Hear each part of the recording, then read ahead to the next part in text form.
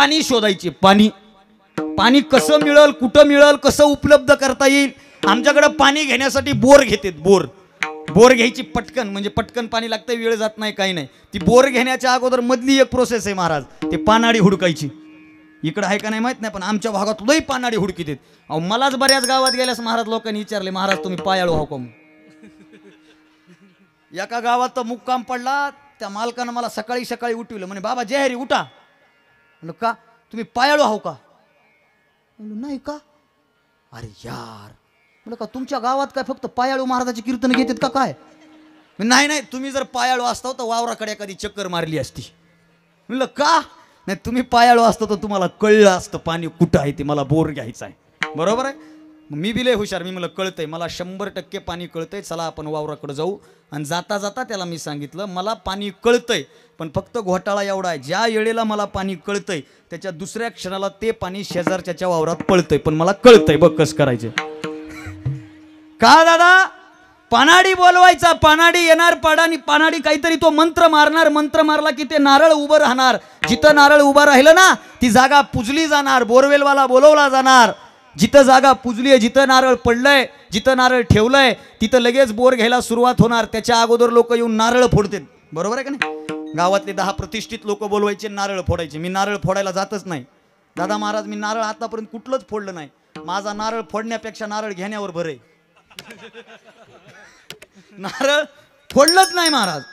का? नारळ कसं निघतंय सांगता येत. ते लय डेंजर प्रश्न आहे. बरं सगळे असे बघतील,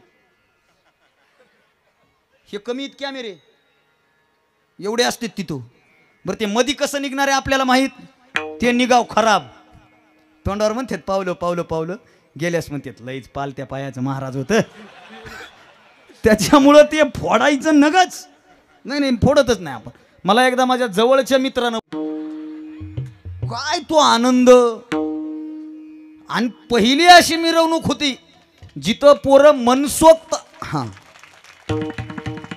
पहिली अशी मिरवणूक होती जिथं पोरं मनसोक्त नाचत होते, पण त्यांना स्पेशल ढकलायला कुणी नव्हतं. वाट बघणाऱ्याला काही चिंता नव्हती. कळालं का?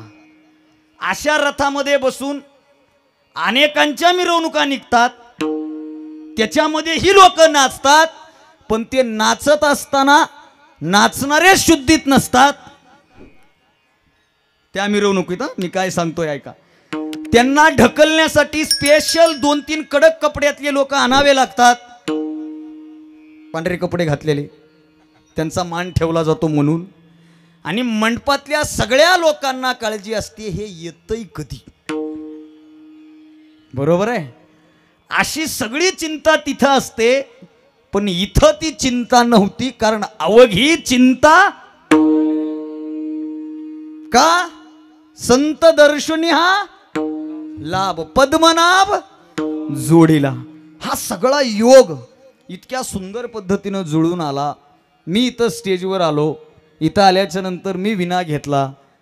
रामकृष्ण हरी झालं, रूप पाहता लोचनी झालं, अभंग झाला, चाल झाली, विठ्ठल विठ्ठल भजन झालं, मी कंबर बांधली, नमन झालं, भगवंताचा जय जयकार झाला, ज्ञानोबरायांचा जय जयकार झाला, तुकोबरायांचा जय जयकार झाला, स्वानंद सुखनिवासी सद्गुरू जोग महाराजांचा जय जयकार झाला, भगवान बाबांचा जय जयकार झाला, छत्रपती शिवरायांचा जय जयकार झाला, छत्रपती संभाजीराजेंचा जय जयकार झाला, शेवटी भारत मातेचा सुद्धा जय जयकार झाला. पण इमानदारीनं सांगा किती लोकांनी केला? केला का बरं?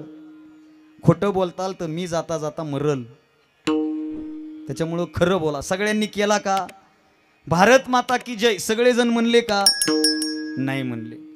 सगळे मिळून लोक जर भारत माता की जय म्हणले असते तर कमीत कमी, कोणतं गाव आहे? रोहिला गड.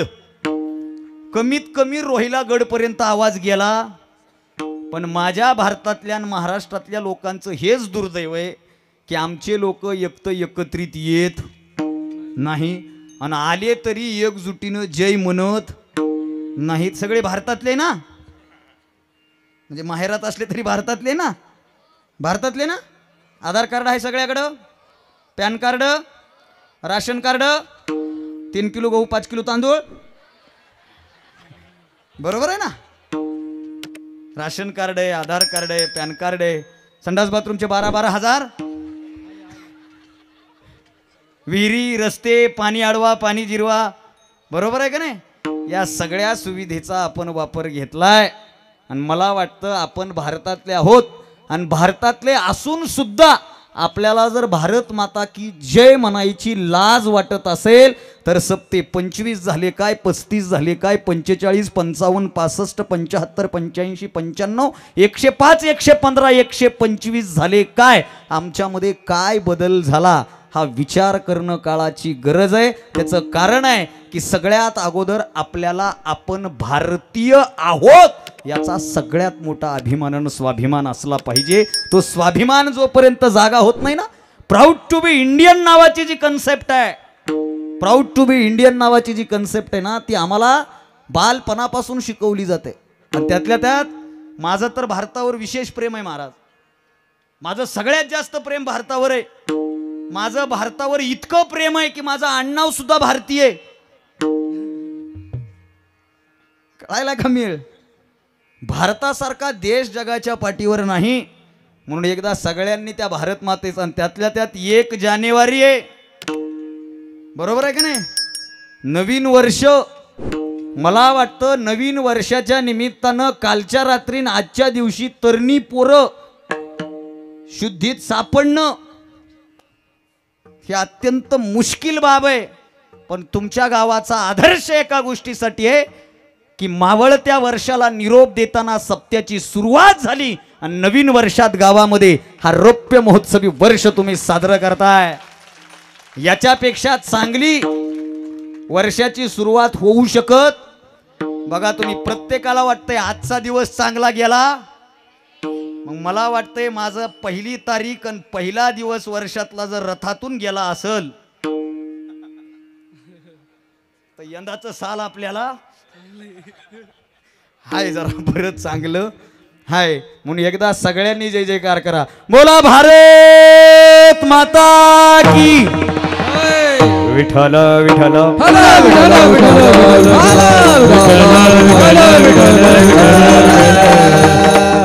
कारण काय माहितीये का, भारतासारखा देशच जगाच्या पाठीवर नाही. अटलजींनी भारताचं वर्णन करताना फार सुंदर लिहिलंय महाराज. मला ते नेहमी आठवतं.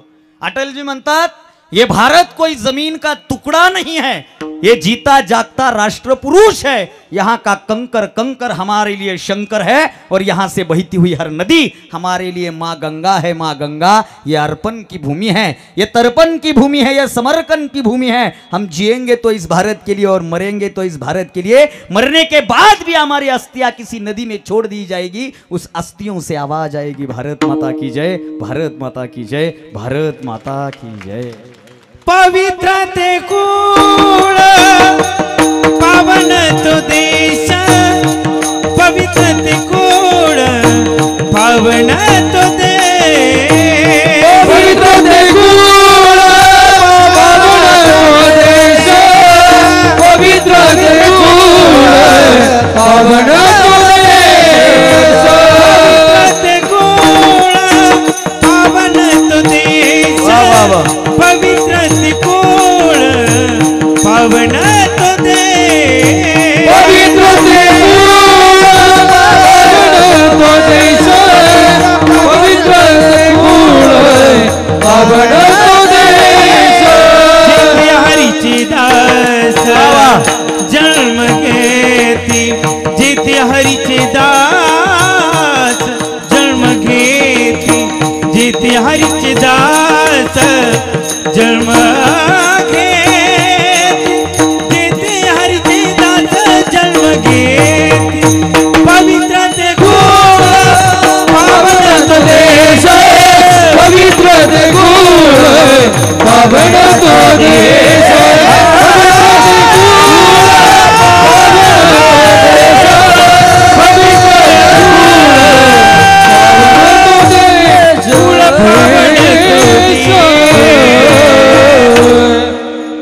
एकदा जोरात. पवित्र ते कुळ पावन तो देश, पवित्र ते कुळ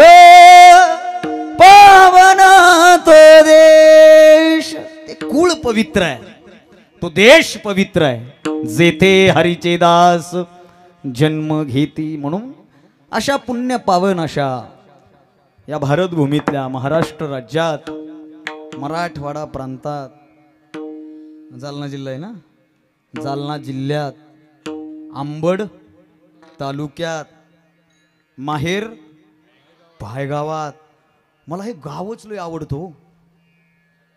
2 वर्षापूर्वी मी इथं आलो होतो. माहेर आहे होणार आहे.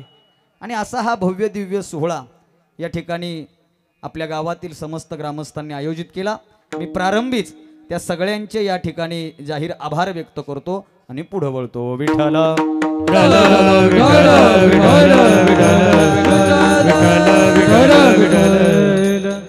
सेवेला सुरुवात झालेली आहे.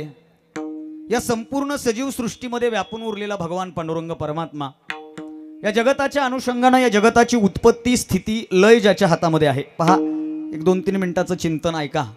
म्हणजे 2-3 मिनिटाचंच ऐका असं नाही, सगळंच ऐका, पण हे महत्वाचं आहे. या जगताच्या अनुषंगाने, या जगताची उत्पत्ती स्थिती आणि लय ज्याच्या हातामध्ये आहे. जगतच नाही मायबाप हो, जगताच्या पाठीवर निर्माण झालेली व्यक्ती, तत्व, ज्ञान, कला, गुण या सगळ्याच्या अनुषंगाने 3 गोष्टी अत्यंत महत्वाच्या आहेत. अर्थात उत्पत्ती, स्थिती आणि लय. या 3ही गोष्टी घडणं अत्यंत महत्वाचं आहे. त्यातल्या त्यात आपण सगळे शेतकरी आहेत ना. तुम्ही जरा बोलते व्हा, आता शेतकरीत ना. मी आल्या ओळखीला माझ्या समोर बसलेले सगळे शेतकरी आहेत. तुम्ही म्हणताल कस काय? मी मंडपात आलं, मंडपात अशी नजर मारली ना, जिकडं बघाव तिकडं तुम्ही असे आले ना, मस्त घरून गोदडे, सतरंजा, रगा, शाली असं घरूनच घेऊन आले तुम्ही. काही जण तर असे बसलेत की आता मला टाळी वाजून भजन करा म्हणण्याच्या जागी ये हात मुझे दे दे ठाकूर असं म्हणायची वेळ आली. बरोबर आहे का नाही? आणि मला वाटतं एवढ्या थंडीचं असं प्रोटेक्शन, अशी काळजी घ्यायचं कोणाला समजत असेल तर ते शेतकऱ्याला लवकर कळतं. आणि त्यातल्या त्यात मी आमच्या चोपदार साहेबांना विचारलं, इकडे शेती कशी आहे? ते म्हणले, हा बागायतदार आहे, सगळी बागायती शेती तुमच्याकडं. आणि मला वाटतंय बागायती शेतीच्या भागात, कोरडवाहू भागातला भूमिहीन शेतकरी असलेला महाराज कीर्तनाला तुम्ही बोलवलाय. कळलं मी काय बोलायलो? बागायतदार भागात भूमिहीन शेतकरी असलेला, तुम्ही जागे आहे ना? भूमिहीन शेतकरी असतो का? तरी मन लावून ऐकायली तुम्ही. मी काय म्हणलो? भूमिहीन शेतकरी. हे पहा, भूमिहीन शेतकरी नसतो. ज्याच्या अर्थी तो भूमिहीन, त्या अर्थी त्याला शेती नाही. आणि ज्याला शेती नाही तो शेतकरी कसं काय असू शकतो? पण मला वाटतं माझ्या नावानं शेती नाही, माझ्या बापाच्या नावानं शेती नाही, पण माझ्या बापानं दुसऱ्याच्या शेतात आयुष्यभर सालगडी म्हणून काम केलंय, म्हणून माझा बाप शेतकरी आहे. आणि त्या शेतकरी बापाचा मी शेतकरी पुत्र आहे. याचा मला आनंद आहे, याचा मला समाधान आहे. आपण सगळे बागायत भागातले. आता तुमच्याकडे पाणी आहे मुबलक म्हणून मग ते दुसरे चोपदार कुठे गेले? हा, हे आमचे दुसरे चोपदार म्हणले जमिनी कमी आहेत आमच्याकडं, पण उत्पन्न चांगलं आहे. मी म्हणलं का? ते म्हणले कष्ट करायची इच्छा आमच्या शेतकऱ्यांची जास्त आहे. हे चोपदारांनी मला सांगितलं. बरं, हा, म्हणजे कष्ट करतेत आणि पिकवतेत, सधन शेतकरी आहे तिकडं. का? कारण तुमच्याकडे पाणी जरा मुबलक आहे म्हणून बरं आहे. आता आमच्या भागामध्ये अशी सिस्टीम आहे साऊंडवाले दादा, आमच्या भागामध्ये असं बागायत वगैरे नाही. आमच्याकडे हिरवं बघायचं म्हणल्याच्या नंतर हिरवा चष्मा घालावा लागते. आमच्याकडे हिरव्याचं लय अवघड आहे. त्यातल्या त्यात यंदा तरी जरा बरं झालंय.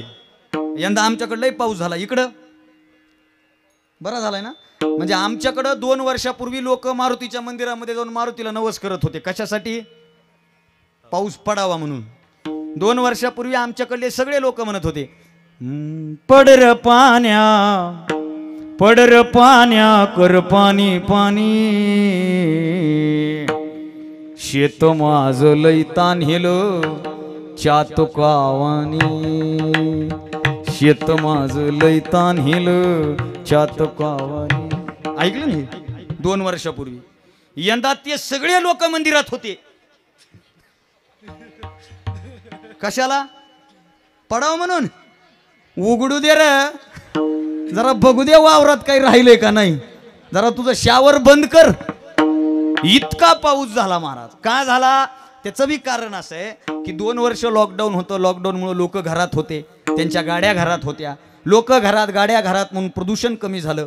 पर्यटन क्षेत्र बंद झाले, मार्केट बंद झाले, लोक एकमेकाला भेटणं बंद झालं, लोक बाहेर पडणं बंद झालं.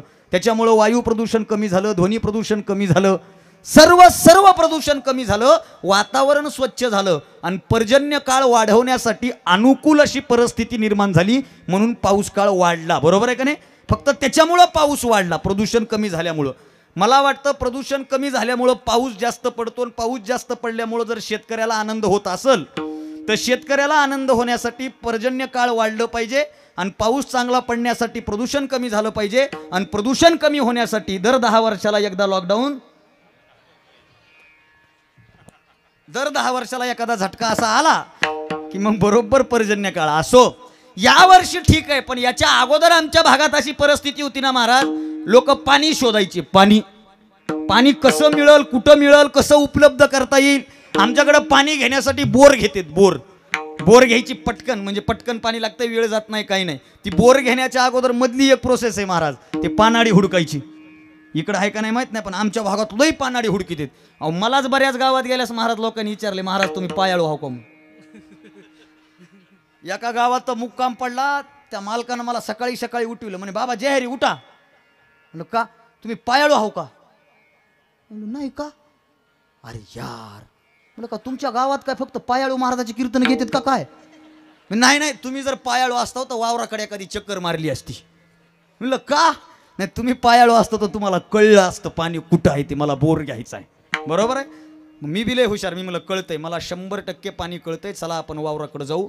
आणि जाता जाता त्याला मी सांगितलं, मला पाणी कळतंय, पण फक्त घोटाळा एवढा आहे, ज्या वेळेला मला पाणी कळतंय त्याच्या दुसऱ्या क्षणाला ते पाणी शेजारच्या वावरात पळतंय. पण मला कळतंय बघ कसं करायचं.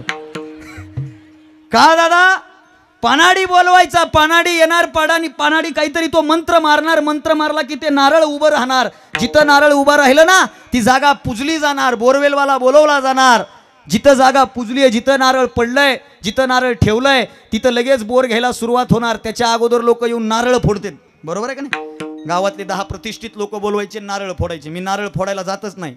दादा महाराज, मी नारळ आतापर्यंत कुठलंच फोडलं नाही. माझा नारळ फोडण्यापेक्षा नारळ घेण्यावर भर आहे. नारळ फोडलंच नाही महाराज. का? नारळ कसं निघतंय सांगता येत. ते लय डेंजर प्रश्न आहे. बरं सगळे असे बघतील, हे कमी आहेत कॅमेरे एवढे असतात तिथं. बरं ते मधी कसं निघणार आहे आपल्याला माहीत. ते निघाव खराब. तोंडावर म्हणतात पावलं गेल्यास म्हणतात लईच पालत्या पायाचं महाराज होतं. त्याच्यामुळं ते फोडायचं नगच. नाही फोडतच नाही आपण. मला एकदा माझ्या जवळच्या मित्रानं